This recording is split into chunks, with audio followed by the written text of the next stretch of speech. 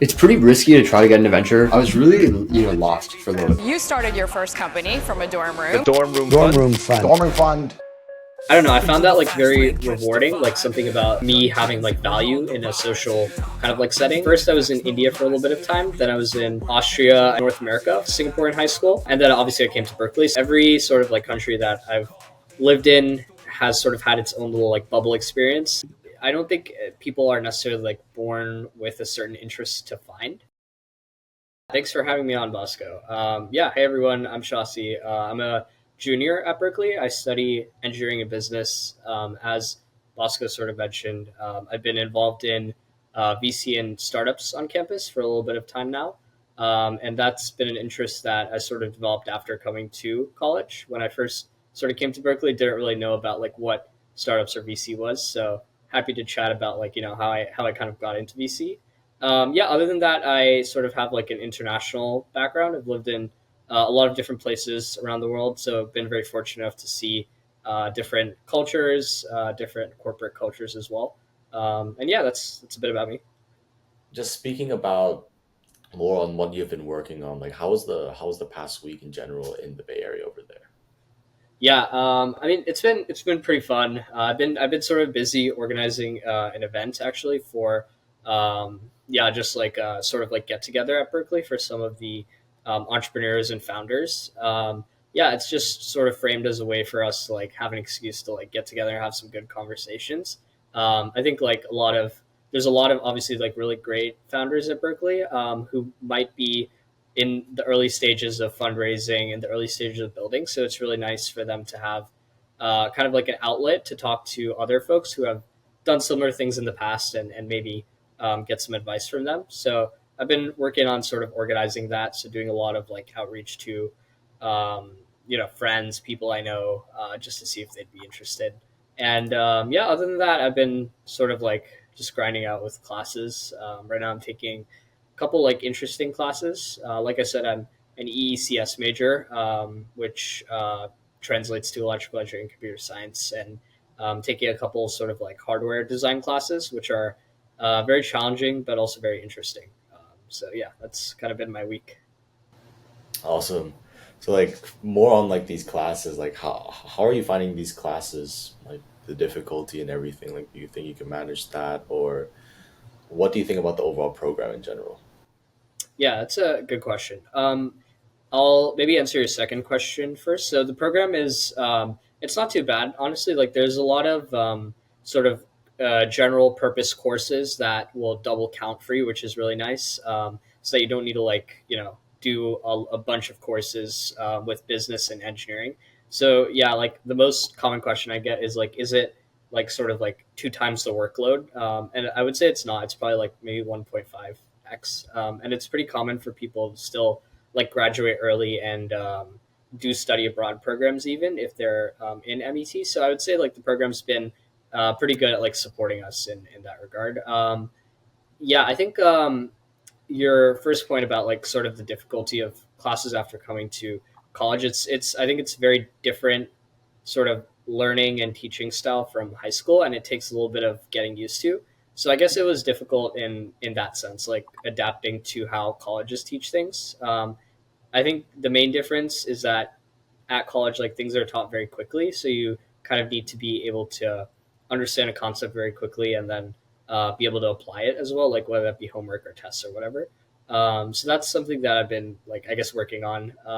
And then generally speaking, I think like technical courses at Berkeley are decently challenging. I would say like they're not necessarily like the most like sort of complex topics. Like they're very much like based on first principles, but a lot of the things that we're doing, they just require a lot of time. Like the labs, for example, for these like hardware design classes, you have to sort of debug your circuits, or you have to like design your circuits. I took a class last semester where we actually like uh, basically like fabricated a chip. So that was super cool because you get to use a lot of like chemical processes and stuff.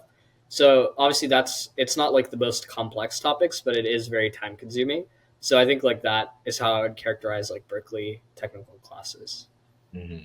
I mean, just speaking to so many Berkeley students in general, it's like you guys are really like such impressive individuals because you're not only taking these classes, but there's so many different clubs going around, right? So many different Yeah, opportunities. yeah. I think a couple months ago, I saw your repost where Perplexity was offering like a pro version for a year free to only Cal students. So, Yeah. would you say in this term, Cal has a lot more opportunities than other Bay Area higher institutions Mm, or access to like new mm. technology? That's a good question. I think yeah, I think just naturally because of how old Berkeley is and how entrepreneurial it is, we definitely do have a lot of folks, running events and things like that. I think like when it comes to opportunities, we definitely do get a lot of like attention. Like if you sort of like are applying for jobs, right, and then people see that you're from Berkeley, yeah, that'll definitely like give you a leg up. But I'd also like to think that Berkeley students put in a lot of the work themselves to whether that be like recruiting events on campus. Like they don't just magically happen. Like these VC firms, etc. They don't just like show up to campus. It's students that are actually putting in the initiative and inviting them and saying like, "Hey, we have cool founders. You should come check them out." So I think like in that regard, we do have a lot of like sort of potential for opportunities like that. But it is up to students, I guess, in the end to make it or like translate that into some sort of action. Mhm. And that sounds super inspiring. It's more on like the student initiative rather than having professors do everything. So, Yeah, like exactly. more about your own story. You came from Singapore yourself from high school. I'm personally in Hong Kong right now, so we both come from an Asian background, which Yeah, is definitely something that we could chat about. yeah. So, what was your overall decision process with going to Berkeley? Like, how was your overall high school experience? Like, what did you personally wanted to pursue, and how did that change over time? Yeah, that's a great question. So a little bit more about my sort of like personal background. Both my parents sort of like work in the energy industry, and as a result, we've sort of moved around a lot.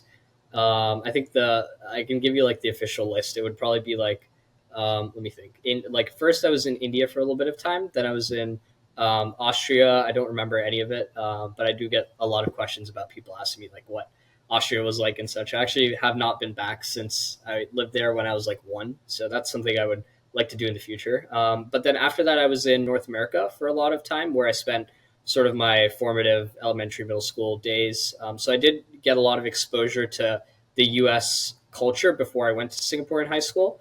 And then obviously I came to Berkeley. So I think having that exposure and having lived in, let's see, where did I live? I lived in Texas and I lived in Pittsburgh, Pennsylvania. Having that exposure was nice because it sort of just felt like coming home. It didn't really feel like culture shock. But yeah, I think like having lived in Singapore, you do see how like things are run very differently in like the states versus like in like more I guess like centralized power countries like Singapore and Hong Kong, right? For example, like Hmm. public infrastructure, I think is like a very big difference between like the Asian countries that you just mentioned versus like the Bay Area. The Bay Area is like comparatively not bad for the United States in terms of public infrastructure and public transport, but it's like nothing if you compare it to like the MTR of Hong Kong or the MRT of Singapore, right? So I think there's a lot of like subtle differences like that. Yeah, and then when it comes to like the Bay Area, obviously I think there is a very thriving like startup scene versus like back home in Asia. It's very like nascent. It's still developing, right? So I think there's sort of like pros and cons, right, for these different regions.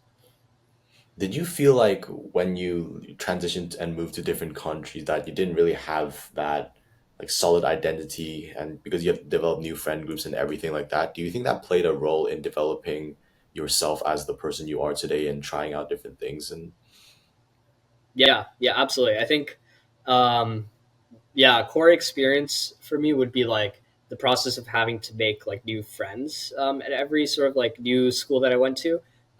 Yeah, I've always like I'm pretty like I guess like extroverted once you get to know me, but I don't like really make an active effort to like go and meet new people, which is sometimes a bad thing.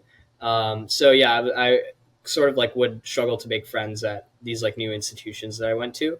So that was like definitely a challenging and like common aspect to like moving around a lot. And I think to your point about like identity, right? It's definitely something that I've thought a lot about and like struggled with for sure.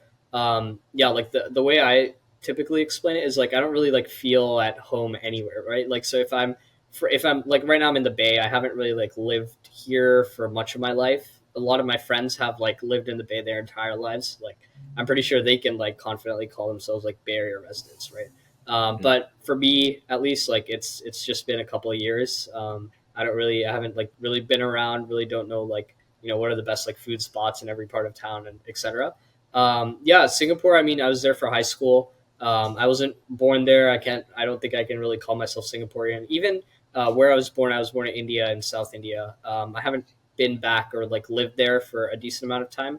I visit my grandparents like pretty often, but yeah, I'm like not the most like sort of fluent in my mother tongue either. So it's challenging even when I go back to like quote unquote home, where I'm like sort of treated as like like a third culture kid or otherwise. So I think it is definitely something that's been challenging. But in terms of like how that makes you see things differently, I think, and this is something that we chatted a little bit about, Bosco, is I think this idea of like helping like break down like cultural bubbles.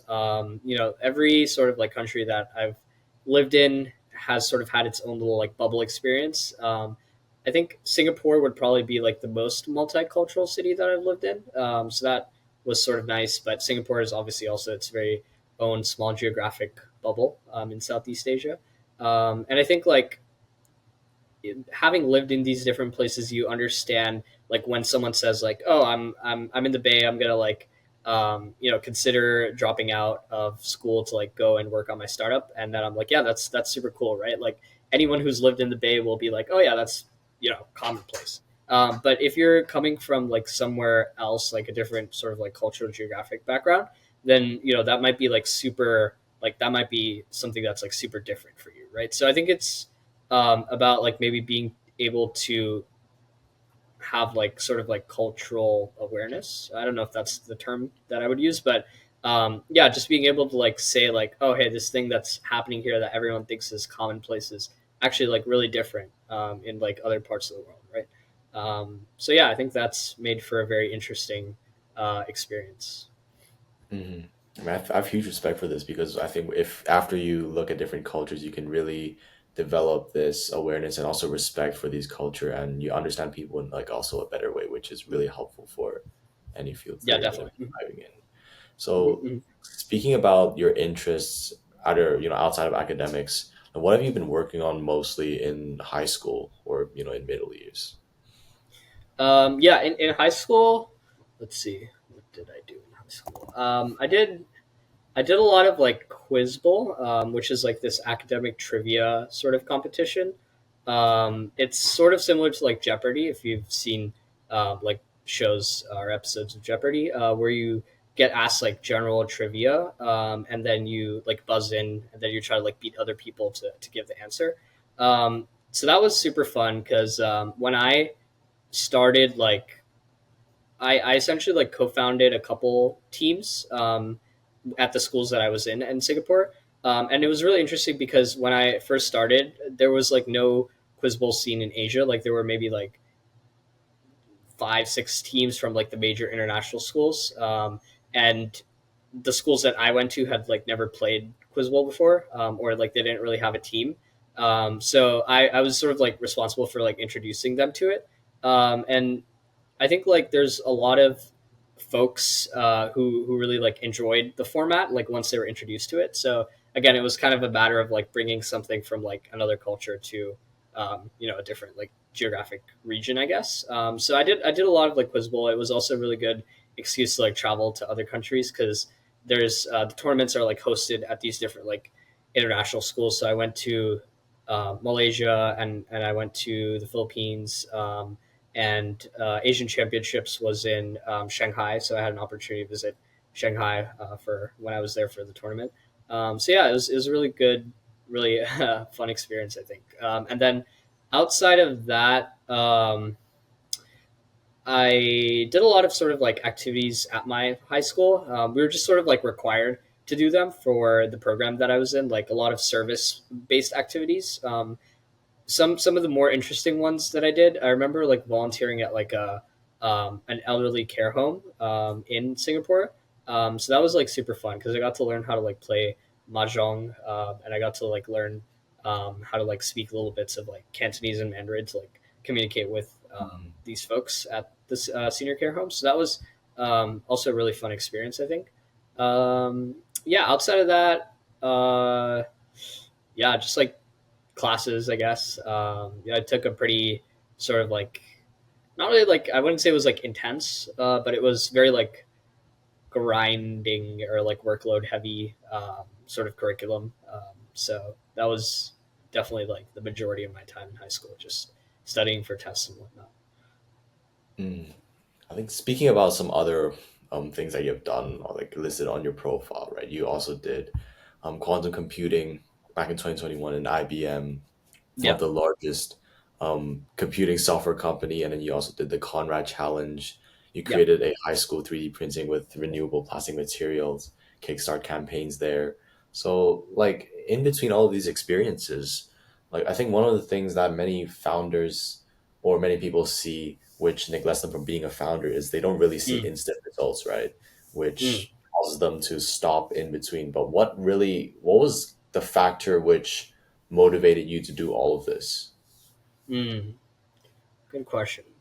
Um, I think like a common thread that you'll see with those activities is there's some like hardware component to it. Yeah, like for example, with the bow ties, a lot of it was the actual prototyping. With the Conrad Challenge, there was also like a prototype involved, and it had to do with like aerospace hardware. Yeah, I think like I've always just generally been interested in hardware. Obviously, like my parents have sort of like influenced me. They're both like, and they come from an engineering background.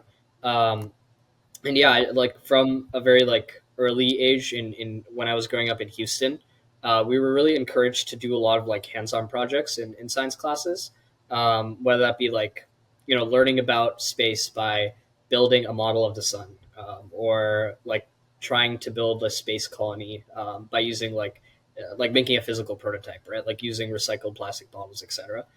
So I really enjoyed the hands-on like aspect of it. I think yeah, I still like working with hardware to this day because it sort of like has this tangible aspect to it. Like you can see the results of your work, and you can like touch it and feel it, as opposed to like CS, where CS is like also nice. It's like instant gratification, but you can't really like touch or feel or see your results, right? So yeah, that's kind of like why I've been interested in hardware. I think from a pretty young age, and yeah, I remember also being interested in aerospace from a super young age as well.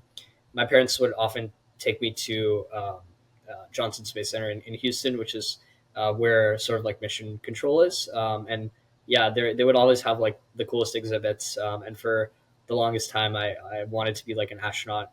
So that also like was a big motivating factor, I think, just to like continue my interest in that space. Yeah. Hmm. I mean, it's definitely awesome for like those people who actually, found their interest in the early age. But do you believe, like based on life and philosophy, that everyone has definitely like a certain set of interests, like when they're born, they just have to find it? That's a really good question. Um, I think that like for me personally, I don't even think I've like particularly found my interests. Like right now, I am like still very interested in hardware and aerospace. I'm also interested in like investing, which is obviously not hardware related at all. So I think there are opportunities that arise in life where you have like the chance to do something different, like from what you're sort of like pursuing right now. I think like from pretty young age, the way the educational system is set up of the world, it sort of like says like, hey, like you're good at this and you're not really like good at this, so maybe this is the path that you should sort of pursue. But at like different stages of the system, you're introduced to like different things. Like for example, in high school, I was not aware of like finance at all, and like what the career paths in finance were. But after coming to college, like almost everyone wants to like go into a finance job of some sort if they're a business major, an econ major. So I think like I don't think people are necessarily like born with a certain interest to find. I think it's more a product of like nurturing versus like nature. It's like embedded within you. And I do think that a potentially like dangerous sort of like implication of this is that your interests can very easily be influenced by like what other people are interested in around you. I remember like in my like freshman sophomore year of college, a lot of people who were business majors like myself were very interested in recruiting for like banking and finance jobs, and so I was like, hey, maybe I should like try that as well because everyone else is doing it. And I mean, it seemed sort of like cool to interact with these folks. I don't think I would say that I wasn't interested in it. Like I if I had the opportunity to work in banking, I'm sure I would have.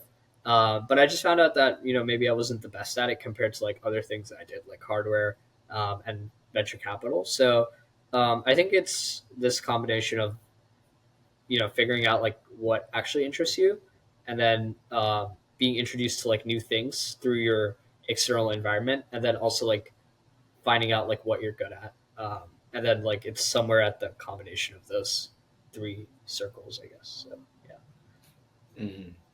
I mean, super interesting because like everyone's interest definitely dynamically changes, and really, even for me personally, I see things I'm interested in change because of social pressures and social factors. So, Yeah, do you have definitely. like a system that you like where you just keep track of all of your like core identities or core things that you're interested in, and you rely on that? Mm. Yeah, that's a good idea. Maybe I should just start doing that. I I try to like like kind of like I'll like organize my to do list into like different categories, I guess. Not really based on interest, just based on like task groups. One thing that I've been like trying to do more is like use the Notes app on my phone more.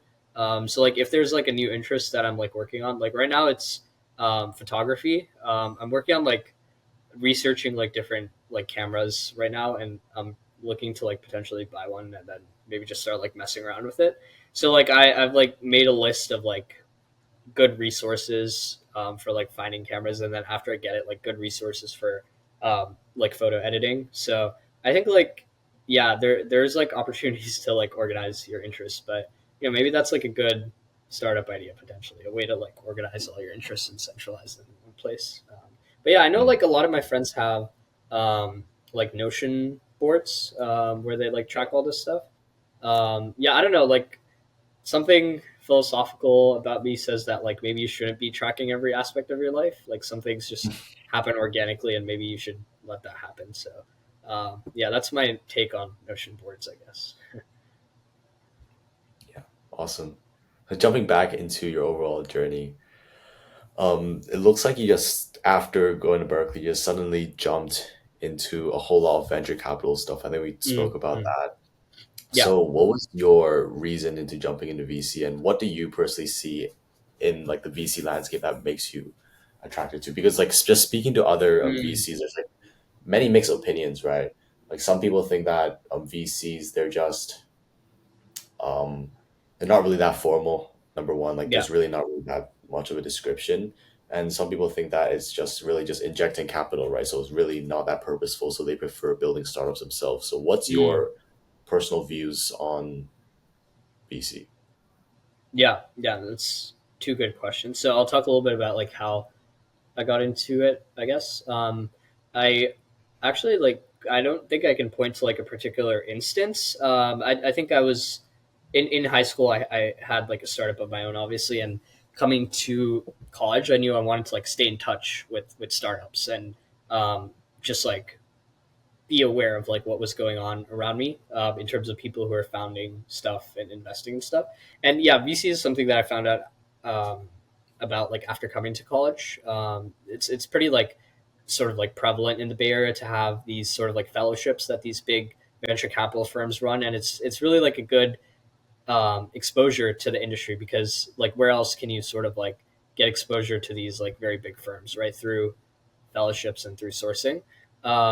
So yeah, I think like when I first started, I started like working for, or not really working, but like fellowship, I guess, like for this platform that connects startups with investors. And I don't know, I found that like very rewarding, like something about me having like value in a social kind of like setting, and being able to like make a connection and say like, oh, like, hey, you're in this vertical. Like, I know maybe, like talk to this investor who invests in like similar startups, right? And it's like really, it's particularly rewarding to like when those connections like actually go through and it leads to like an investment or customer discovery or whatever. Mm. So I think I really enjoyed that aspect of the job, like connecting people together.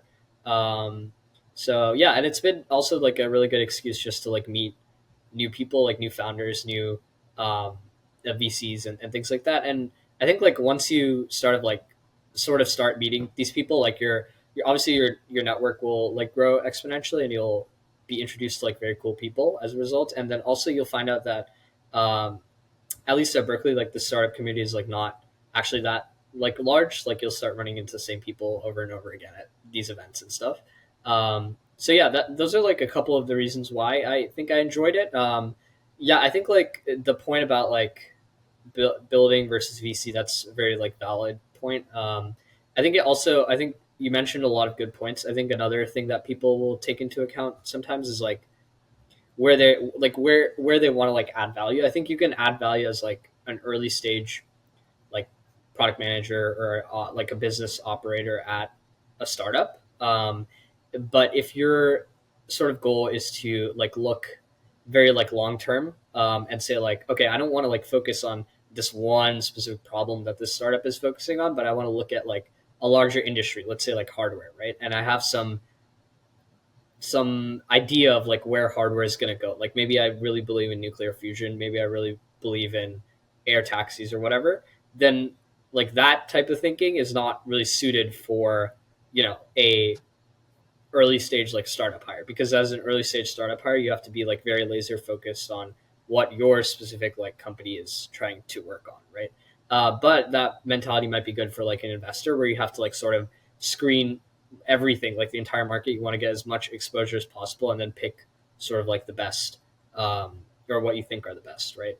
So I think like there is sort of like just I guess like a fundamental personality difference between like a VC and a builder or an operator, and people will like switch between these two careers a lot.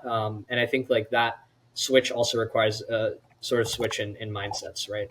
If you do end up doing that. So yeah, I think just for me personally, like it seems like my personality aligns a little bit more with investing right now. But I could totally see myself if there's a company that I'm very like passionate about, like the problem space that they're solving in, that I could definitely like see myself, going there, joining them. So Mm. Like, also, like in terms of the skill sets, like comparing like VC and building a startup, like what would you say are some of the differences versus similarities? yeah, yeah. So like I said, I think if you're building a startup, like in the early days, it kind of depends whether you're on the technical side, if you're on go to market. If you're on the technical side, I think you just have to be like a really good engineer that's like able to um, just like be able to like write code like really fast if you're building like a software product, for example.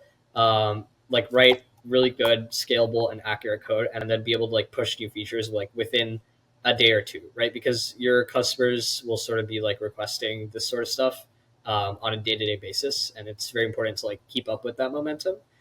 So yeah, if you're an engineer, you should be focused on engineering and being like the best possible engineer that you can.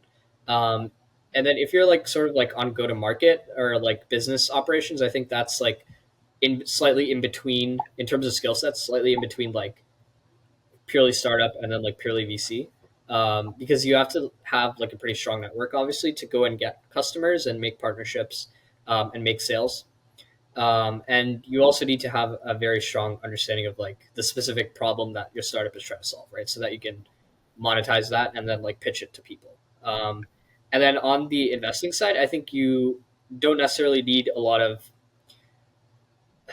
you definitely need some like technical knowledge because you need to be able to evaluate these startups, but you're not putting that into practice. So you don't necessarily need like a execution based skill set. What you sort of need is like the ability to have a very like broad network, I guess, so that you can source as many like deals as possible and try to get like as many like shots on goal as possible. And then I think like another um, key kind of thing that you need is like you can you need to like strike a sort of like balance between like being an optimist and being like pragmatical, I guess. So like if you're sort of like a optimist, obviously you have to be an optimist if you're in venture capital. You're going to look at like all these different industries and say like, hey, this looks pretty cool, even though like maybe like larger companies right now don't believe in it, like nuclear fusion, for example, right? And then if you also have to be sort of like pragmatic, because you have to be able to identify like, okay, which startups are actually going to succeed and like sort of like monetize whatever optimistic problem space that you're envisioning, right? So yeah, I think like those would be maybe some of the key things. So Hmm. I don't know if you can see, but I just pulled up a shared screen to like yeah, I can see it. put Mhm. Venn diagrams. So that's super interesting, and I think it's really good visual representation over there. Yeah, yeah, absolutely. Yeah, and like I said, I think like go to market slash operations is like somewhere in the middle. It kind of depends on the startup, but yeah, I think a lot of folks who end up like transitioning into VC or transitioning from VC into startups, they'll often do like, yeah, go to market on operations. Some people will, if they have like a technical background, they'll join as like an engineer or whatever. But yeah, Mm. Diving more into like the day to day of like VC, we talked about inbound due diligence, sourcing, and yeah, stuff like that. So yeah, could yeah. you maybe like break down in like a more specific way, like one of your previous deals that you've sourced, like the overall processes and everything? Sure, sure. Let me think. So yeah, like before I joined my current fund, dormant fund, I was actually helped them source like a deal um, that was kind of like interesting. It was like in the sort of like AI space. They were building like uh, sort of like RAG technology, but for defense applications specifically. And then for like defense, the main thing that they need is like assured security that like their information is not going to get leaked to a model, or their data is not going to like leave the premises. So they were dealing with that sort of like problem space. And I think like the way that I went about sourcing this, I can't remember like exactly where it came from, but I think it was like one of the many sort of like group chats that I'm in, one of the many sort of like SF founder group chats. And I remember like a Berkeley founder like posting in there, and then she was like, "Hey, I'm building this sort of like startup. We're looking to raise like a pre-seed round." And then yeah, I sort of saw that and said like, let me at least like take a initial like phone call with her. I think in VC, like this is my personal philosophy. I don't know if all VCs subscribe to this, but regardless of like what my opinion on it, like what my initial opinion on a company is, like I always try to take at least like one phone call or conversation with the founders, so that maybe they can like convince me otherwise if I'm like not very like optimistic about what they're doing. So I think like yeah, I sort of had that first conversation and it seemed like super interesting, and then after that I kind of like passed it along to a couple like folks at DRF, and then they sort of like went through their internal process to like determine whether they want to like invest or not. So I think like to shed a little bit of light onto like what that process looks like, and I think this is like pretty similar for most VCs. Is the day to day is like a lot of like sourcing, like you said, so like a mixture of like inbound and outbound, like reaching out to folks that seem interesting on LinkedIn, and then them reaching out to us as well if they say like if they find our firm interesting. And then it's a lot of like yeah like you said, like internal discussions with teammates about like what we think the pros and cons are of each investment, and like also the due diligence that we typically do with folks on our team. It might be people that we bring in from outside that we know who are like experts in the space. And then yeah, and then after that it'll be like sort of like an investment committee meeting, I think is like the official term in the industry. That it involves like basically all the members of your team, and then you like vote on the deal basically, whether you want to invest or not. So yeah, that's usually like the day to day. And like for a deal, I don't know like what the industry standard is at pre-seed level, but maybe like 5 to 6 weeks from like sourcing to completing a deal. Yeah. And you just repeat it basically. pretty much. Yeah, yeah. And then like outside of that, obviously there's a lot of like networking and things like that, like going to dinners, going to events, maybe organizing events sometimes. So those are like more one-off things. Mhm.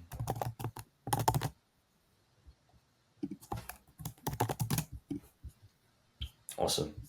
I mean, how long do you think you're gonna personally stay in the VC space? Ooh, it's a good question. Um, I think I'm definitely gonna like try to stay involved after college. I don't know if I'll like be in VC as like an investor, but I'll definitely like be involved. I know like some firms like have this sort of like program where you can be sort of like working at a company. It could be a startup, could be a larger company, but you're still like able to source companies for them. Yeah, I think like another thing that maybe I'll consider like very far down the line is like potentially like investing in these startups like myself, as like an angel or whatever. I think that's like a really good way to like stay in touch, like regardless of how much like capital of your own you deploy. It's a good way to like stay in touch with like what's going on in like the industry. And I think like even if you take like a regular job out of college or um, yeah, like a non VC job, pretty much like it's still a nice way to like incorporate some of that stuff into your quote unquote like normal job, because you'll be able to say like, maybe this industry is like going this direction, right? Or if your company's trying to like do some sort of like transformational change, like maybe they're trying to implement AI for like X or Y, you'll know like exactly which startups are like offering those services, right? And then you can like make those referrals. Um, so yeah, I think it's just like a good way to like, stay informed. So I'm hopefully planning to continue after graduating. Awesome. I mean, diving into more specific on your research, like how, like specifically in the hardware industry, like what are your Yeah. processes to research? Like, let's just say you stumble upon like someone's LinkedIn, like what are the things that you check for? Like, are there specific databases that you use to look at their information, or what's the process for you personally? Yeah, yeah. I think there's not really like a very specific or like formulaic process, but I think one thing that I personally like to look for is like if that founder has like had experience, I guess, like in the industry that they're sort of like working in, or just like general hardware or engineering experience. Yeah, because I think like for hardware specifically, it is a lot about like execution, and being able to like manage engineers is a lot easier when you yourself come from like an engineering background. If you don't understand the hardware from a engineering perspective, it's going to be impossible to like manage it. So yeah, pretty much like experience. It doesn't necessarily have to be like a repeat co-founder or anything, but like it could be someone who's like coming from like a industry background or something. And then yeah, like alongside that, like also like co-founder fit. Like what is their co-founder sort of like responsible for, versus them, like how do they split the responsibilities, is also like pretty important. Yeah, I think like just generally at the early stage of investing, it is very much like about the founders as much as it is about the idea, because a lot of like successful companies that have made it past like seed pre-seed have like pivoted a lot, like they've gone into like completely different, not industries, but like completely different directions.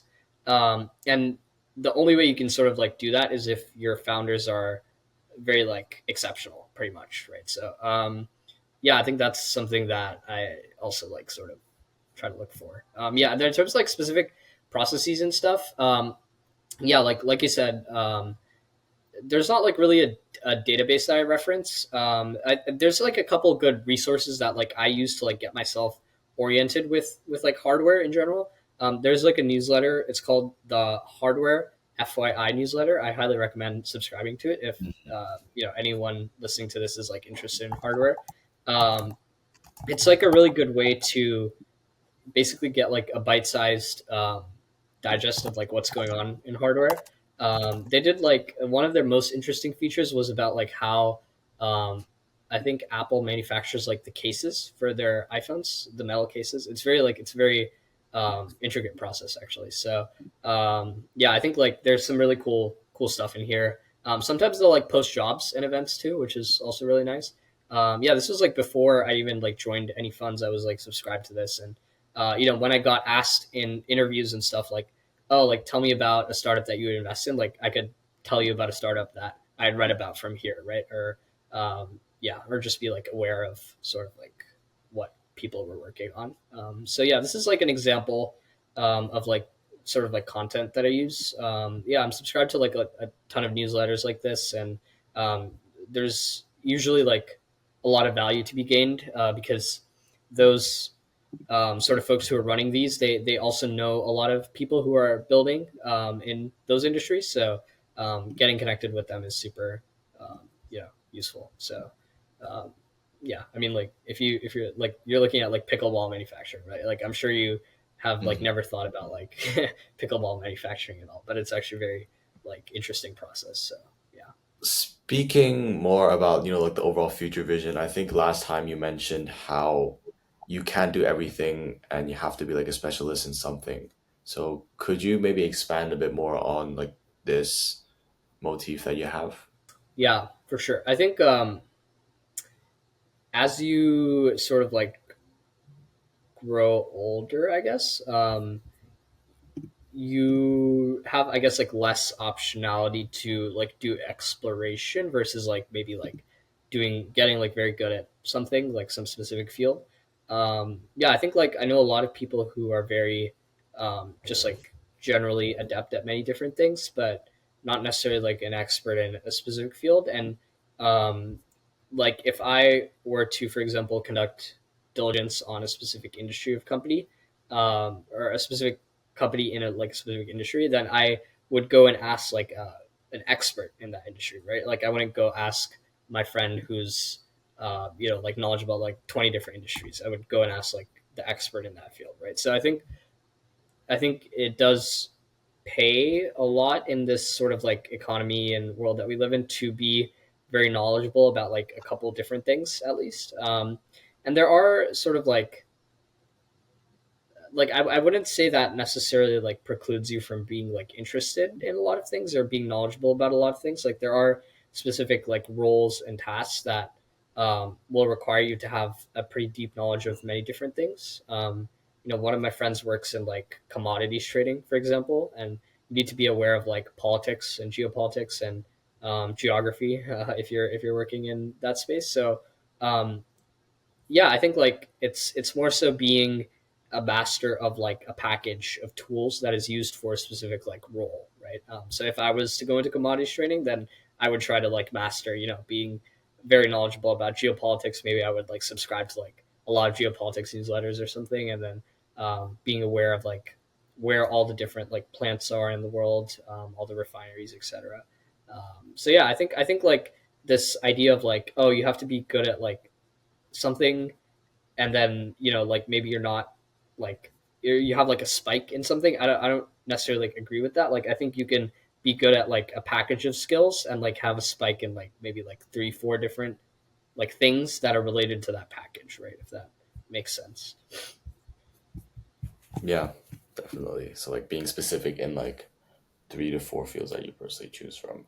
So Yeah, just sure. in the closing remarks, what have been one of the biggest challenges that you've personally faced in your life, and what do you learn from that? Ooh, it's a good question. um yeah, I think like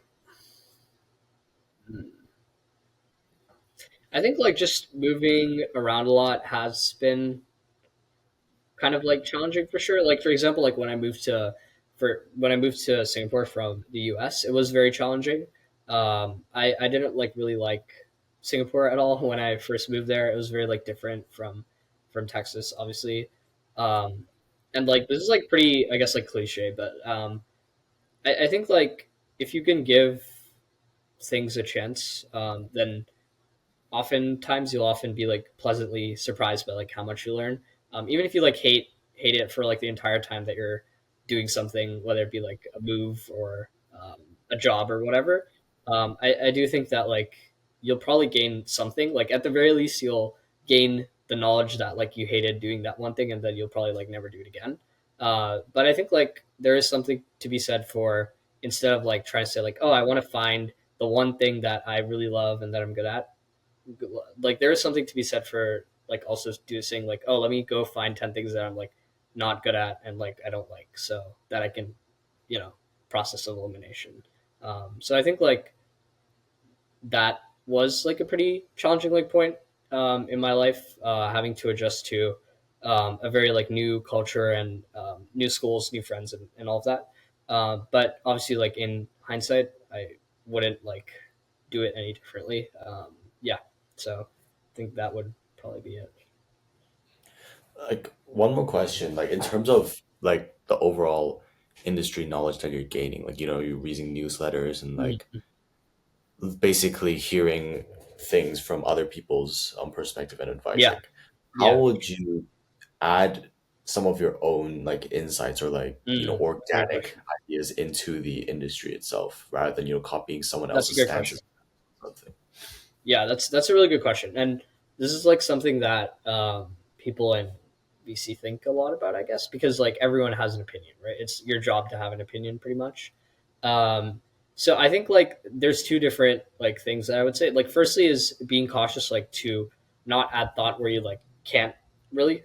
So like if someone comes up to me and asks me about like something that I've like zero idea about, I might give like a very like superficial opinion, but I won't like I won't try to like feign intelligence or like say like, oh, like I think this because blah blah blah, and then make up some like reason.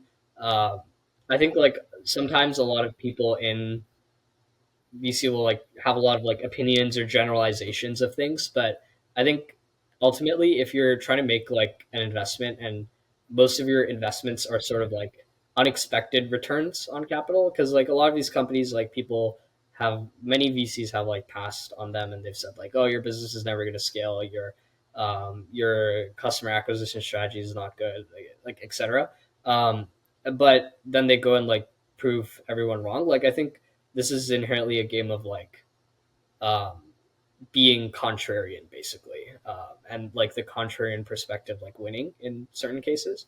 So I think like you should be cautious to not like add your opinion when like there are experts maybe like who have already like come before and like presented their opinions. Um, and then I would also be careful about like you said, like just repackaging other people's thoughts, because then you're not really like adding anything. You're just recycling the information that's like already in the system. Especially like if it's like, oh, I just like agree with what you're saying, right? Like that's just like kind of like um, you know recipe for like an echo chamber, which is not good in VC. You obviously want to have like different perspectives and like constructive debate. But yeah, I think like one thing that I've been thinking about recently is like um, doing some more like writing and stuff on my thoughts about like certain industries and certain companies. Yeah, just because I think like writing is also a good exercise for you to like clarify your own perspectives on things. And yeah, like I said, like if you are sort of like an expert on something, then you can add like maybe a new like or novel take, right? And I think like when I'm going into this sort of stuff, I try not to like read too many like opinions of like other people, which is kind of difficult because like if you're an expert in something, that you're probably like reading a lot about it. But I think like you can read like for example a lot of research papers, and then maybe come up with your own opinion based on that, as opposed to like reading a bunch of like blogs about the research papers that then inject their own opinions, right? So yeah, I think like in regards to your point about like how do you add net new information, it's about being like very conscious about like where your biases are coming from and like which sources you're reading from, and like how much of other people's opinions you're using versus just like you are coming up with them on your own. So yeah, that's definitely something that I have thought about though when thinking about like writing stuff and making content. Hmm. I feel like it's also something to do with like just experiencing more things in real life, like tangibly, Yeah, or even yeah, like mixing different domains together. So, for example, like yeah. applying aerospace to like maybe green tech, or just having like Mhm. all different domains and mixing them together, which will also build this organic and unique view of yours. Yeah, no, But that's yeah, a fair point. Mhm. Shasi, really appreciate you hopping on the Gen Z Fast Lane. For anyone who wants to contact Shasi, I'll link all of his descriptions in the description below. And yeah, until the next one, Shasi, best of luck with everything at Dortmund Fund and all of your studies at UC Thank you. Berkeley. Have a good one. Awesome. Yeah, thank you, Bosco.